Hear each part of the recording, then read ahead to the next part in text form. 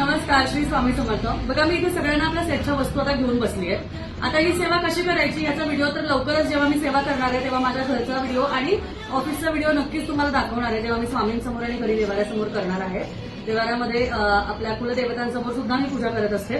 पण आज मी विचार केला की तुम्हाला ही सेवा कशी करायची एकदा करून दाखवते, कारण खूप जणांचे प्रश्न होते की ताई कशासाठी करतात, का करतात. तर मी करता करता तुमच्याशी गप्पाही मारेल, तुम्हाला सांगेल पण, आणि लवकर म्हणजे किती वेळ लागतो, बऱ्याच जणांना हाही प्रश्न होता की ताई या सेवा करायला किती वेळ लागतो, तर हेही तुम्हाला कळेल आणि त्याबरोबर माहिती पण सांगत जाईल. तर बघा, अशा पद्धतीने हा जो फोटो आहे हा स्पेसिफिकली फक्त जे आहे हा धनलक्ष्मी कुंचम सेवेसाठीच आहे. म्हणजे तुम्हाला जर का धनलक्ष्मी कुंचम सेवा करायची आहे तर तुम्हाला या फोटोची 100 ने 101% गरज लागणार आहे.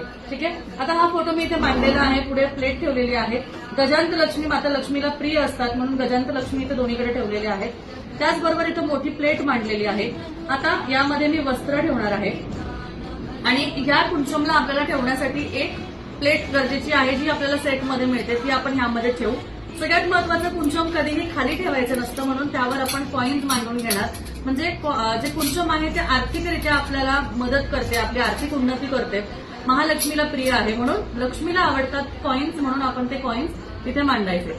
त्यावर ह्या कुंचमची पूजा करायची, ज्यामध्ये अक्षदा गंध तिला लावायचं आणि त्यानंतर आतल्या श्रीयंत्रावर कुंकुमार्चन करायचं. मग आता याला मी गंध अक्षदा लावून याला ठेवणार, पण आता तुम्हाला मी करून दाखवतेय म्हणून हे असंच ठेवणार. तर हे ठेवायचं थोडंसं हे ठेवल्यानंतर आपण याची पूजा सुद्धा करणार आहे. आतमध्ये श्रीयंत्र आहे, आतमधलं श्रीयंत्र तुम्ही बघू शकता. या श्रीयंत्रावर 5 वेळा कुंकुमार्चन करायचं, म्हणजे 5 वेळा यावर कुंकू व्हायचं आणि मग कुंकू व्हायला हळद कुंकू अक्षदा वाहून झाल्या की सुरुवात जी आहे ती कवड्यापासून सुरू करायची. जसं आता हातात मी 5 कवड्या घेतल्या आहेत, त्या कवड्या घेतल्यानंतर आपल्याला आधी ह्यामध्ये तांदूळ घालायचे. 5 वेळा कुंकुमार्चन करून झाल्यावर तांदूळ घालायचे आणि त्यानंतर पहिल्या 5 कवड्या. आता हे जेव्हा मी टाकणार आहे, सगळ्या वस्तू टाकणार, तेव्हा टाकताना महालक्ष्मीचा मंत्र, कोणताही महालक्ष्मीचा मंत्र, ओम श्री महालक्ष्मी नमः किंवा महालक्ष्मीचा कमलात्मक मंत्र, कुठलाही मंत्र महालक्ष्मीचा किंवा फक्त ओम महालक्ष्मी नमः किंवा श्रीम महालक्ष्मीचा बीज मंत्र आहे तो पण म्हणू शकता. मग तुम्ही हे 5 कवड्या जे आहे ते टाकायचे आहेत, अशा 5 बोटांनी टाकायचे आहेत. बरेच जण असं टाकतात, असं टाकू नये कारण ते तर्पण करतात तसं, त्यामुळे तर्पणची विधी आहे अशी टाकण्याची, त्यामुळे असं नाही टाकायचं, कधीही असं टाकायचं. हे झालं, मी 5 कवड्या टाकल्या. त्यानंतर आता पुढचे परत तांदूळ घालणार आहे. तांदूळ घाला, तुम्ही अक्षदा घाला, जेव्हा तुम्ही घालणार तेव्हा महालक्ष्मीचं नाव घेणं गरजेचं आहे. त्यानंतर आता ह्यासाठी गरजेच्या आहेत त्या गोमती चक्र आपण त्यामध्ये घालणार आहोत. नंतर आपण परत जे आहे ते त्यामध्ये अक्षदा घालणार आहोत. अक्षदा घालताना, कुठलीही वस्तू घालताना आपल्याला महालक्ष्मीच्या मंत्राचं जप करणं गरजेचं आहे. मी तुमच्याशी बोलतीये म्हणून आता मंत्र म्हणत नाहीये. आता अक्षदा घालून झाल्यात. आता महालक्ष्मीला आवडतात आपले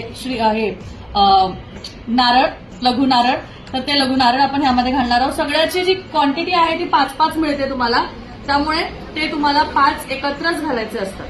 त्यानंतर परत आपण अक्षदा घेणार आहोत आणि ते अक्षदा यामध्ये वाहणार आहोत, म्हणजेच तांदूळ यामध्ये घालणार आहोत.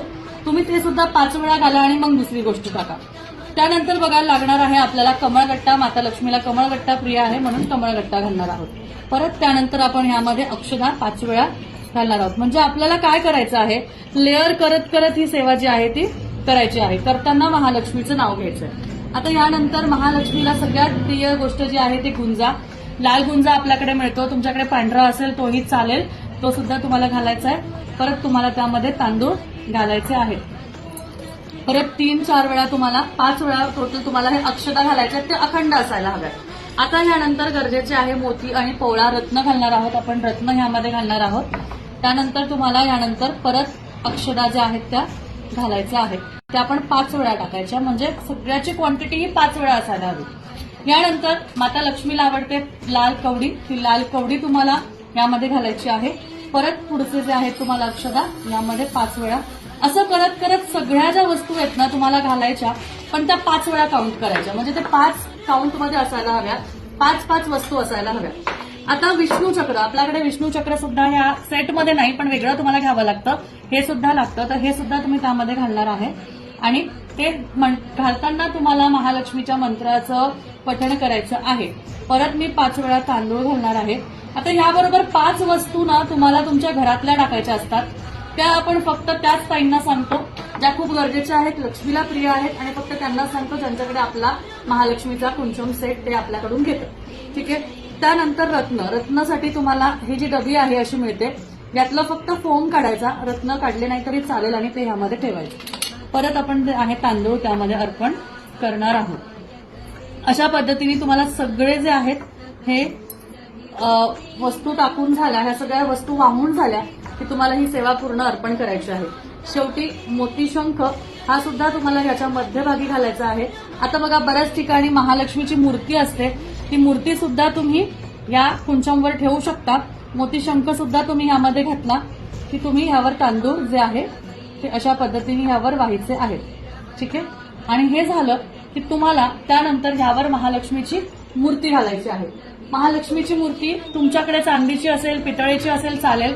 आता ह्यावर चांदीचं नाणं तुमच्या घरात असेल तर चांदीचं नाणं नक्की अर्पण करा, कारण चांदी काही का असेल ना थोड्या स्वरूपात असेल तर चालेल, पण असं गरजेचं नाहीये की चांदीच्याच अक्षरा पाहिजे, चांदीचंच नारळ पाहिजे, चांदीचंच हळकुंड पाहिजे, गरजेचं नाही.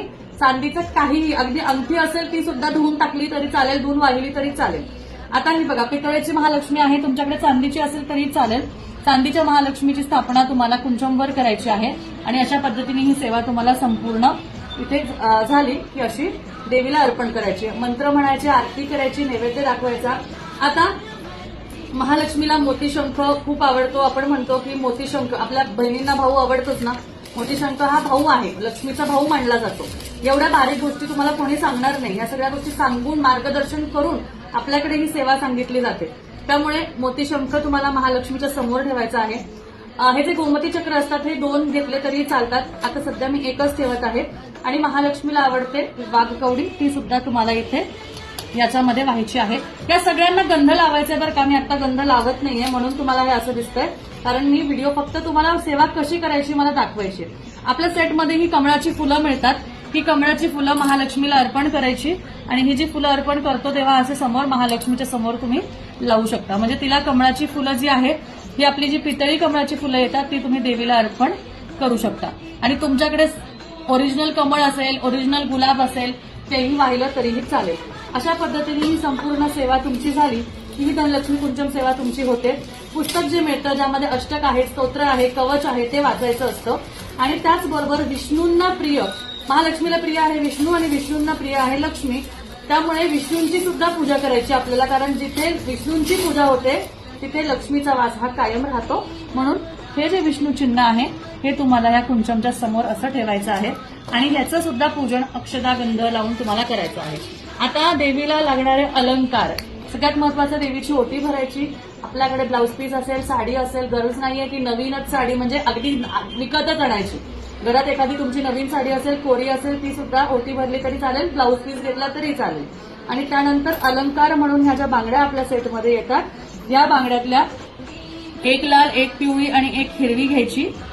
ती महालक्ष्मीला वरती अर्पण करायची इकडे.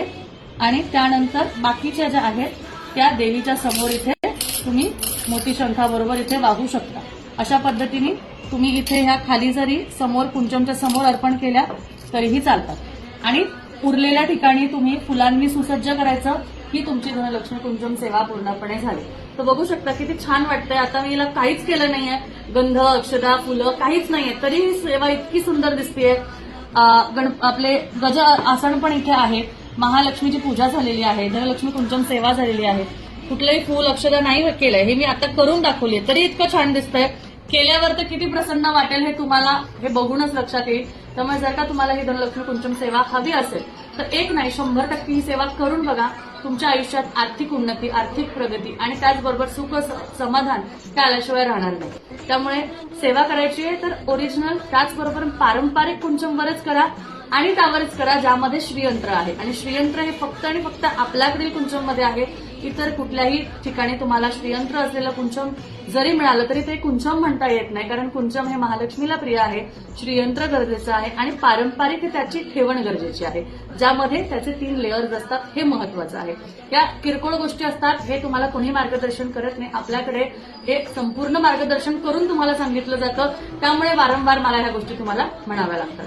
त्यामुळे पूजा कशी वाटली हे मला सांगायचं आहे आणि कमेंटमध्ये श्री महालक्ष्मी नमः ह्याचा जप कमेंटमध्ये सगळ्यांनी करायचा आहे. धन्यवाद. श्री स्वामी समर्थ.